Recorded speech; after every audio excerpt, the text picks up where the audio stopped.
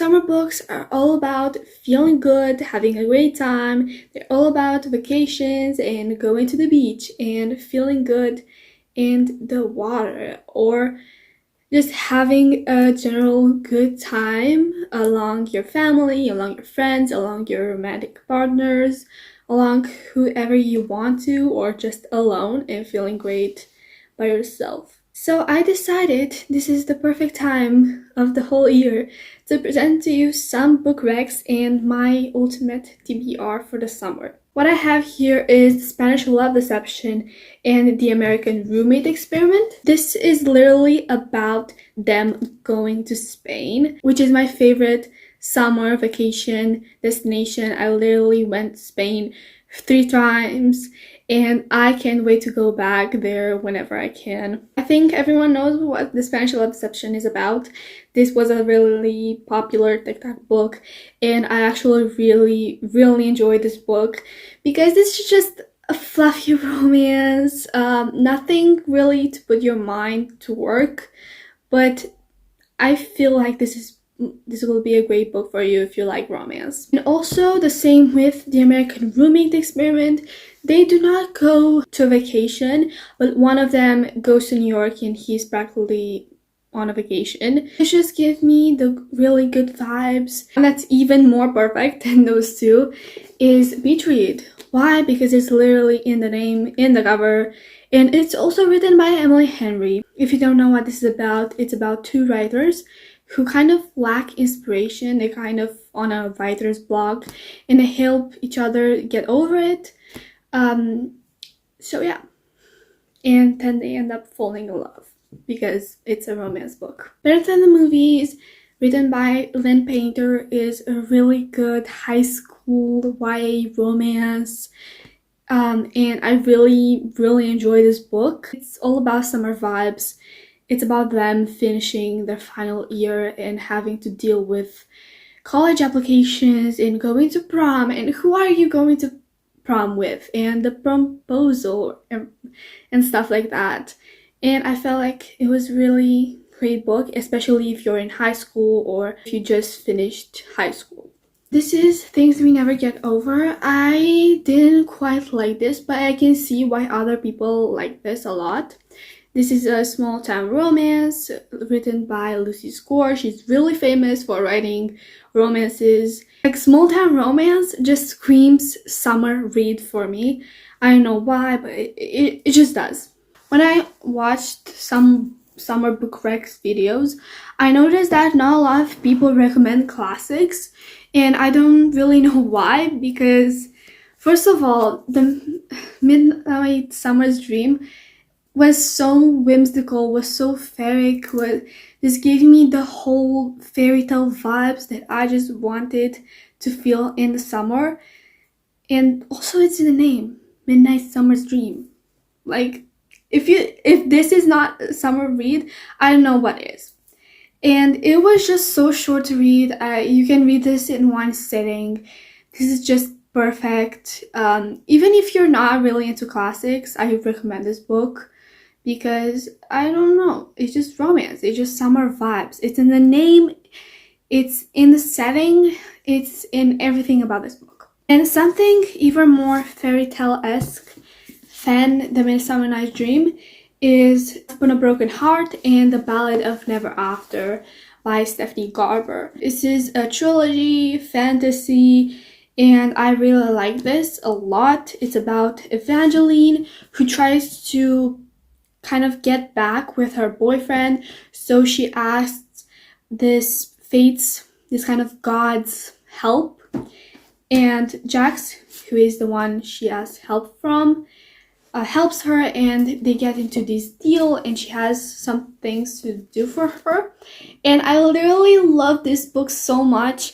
I cried during the second book, literally in tears. I have videos with me crying for a literal hour just talking about it, and I can't help myself not to go back to this video and just see myself cry and have a literal rant about the book, because it was just so good, and the way she portrays the characters and everything, it was just fairy tale-esque, and I just recommend this for the summer. It will make you cry, but it will give you the good feels. You will cry for good. You will sob for the characters, but then you will feel good because, you know, there's a third book and hopefully that will have a happy end. Hopefully. I decided to put here To Kill a Kingdom. This is kind of a pirate fantasy book with a romance subplot. And I really enjoy this. I like this a lot. I read this during the summer while on vacation. And I really enjoy this because, first of all, pirates, set in the summer. And what more could you want? What more could you want? The only thing I can remember is that it's about this siren who steals hearts. And she has this deal with her mother to steal the prince's heart or something like that. And she falls in love with that prince. It also includes Enemies to Lovers for Enemies to Lovers fans. Invisible Life of Eddie LaRue. This is about this girl, Eddie LaRue, who makes a deal with the devil to be immortal and be free. She has to be forgotten by everyone who meets her. And we follow her life through those 300 years that she lives. And at one point, she meets this boy who remembers her. And she is so surprised and stunned. She wants to know more about this. And we just follow her, go through all of this. I really, really, really enjoyed this book.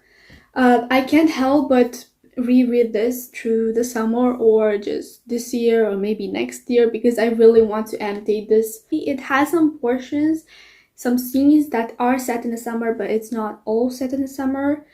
But it just gave me whimsical vibes and not really fairy tale-esque, but sure, it felt whimsical. Now on to my ultimate TBR. First of all, I will start with a romance. Book Lovers by Emily Henry. I said earlier that I did not read any other book by Emily Henry, just bitch read, and I feel like reading Book Lovers because look at the cover. Again, it's romance. It's literally summer setting. So I just want to read this. Plus, Emily Henry's writing style, I don't know, it just gives me, like, it flows so well. I don't know how to describe it. It's just good. It just works for me. I really like that a lot. Then I have Love and Olives. This is from a kind of romance series, kind of. And I really enjoyed Love and Gelato, which also has the book-to movie adaptation on Netflix. I watched that. I really liked that. And I want to read Love and Olives because I really like the movie for Love and Gelato. So I feel like book will be kind of the same. Not really the same, but it will give me the good vibes, the summer vibes. I think this is also set in a summer setting. And plus Santorini is just one of my favorites. Not really Santorini, but just the whole of Greece. I went to Greece 5 times. It's the perfect place. I just love that a lot. I just love Greece.